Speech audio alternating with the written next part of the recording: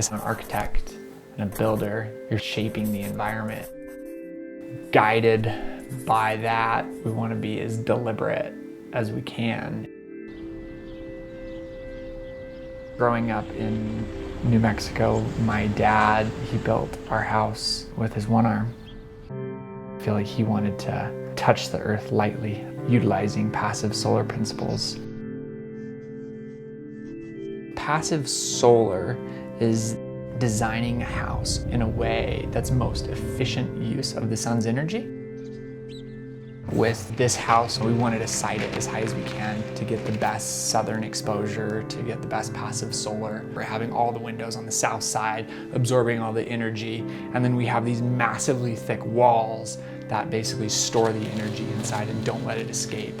It's bermed into a hillside, so you're using the natural temperature of the earth to help heat and cool the building.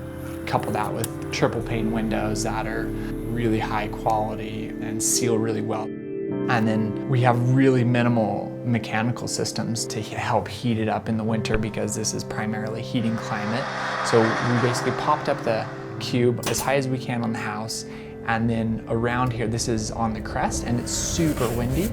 I took that motion of the wind as a concept and twisted the house. That's the inception of it. It was really simple. The execution, however, was not simple. The house is designed to consume about 20% of the amount of energy that a typical building in this neighborhood would.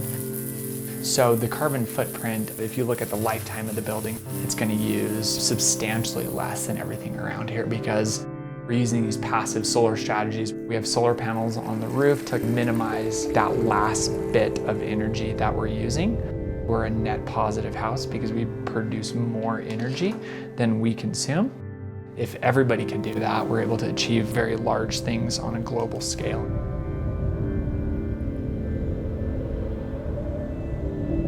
In Utah, we're able to see firsthand the effects of the built environment on the air quality. It gets so bad multiple times a year that they say you can't go outside or you don't want your kids outside. That's showing how poorly we're doing. And it's a really frustrating thing to see these developers building projects that are just so woefully inefficient. They're just trying to build them as quickly and as cheaply as possible with the most amount of square footage. If you can build better, you can cut those emissions by 80%, and that would make a much cleaner sky.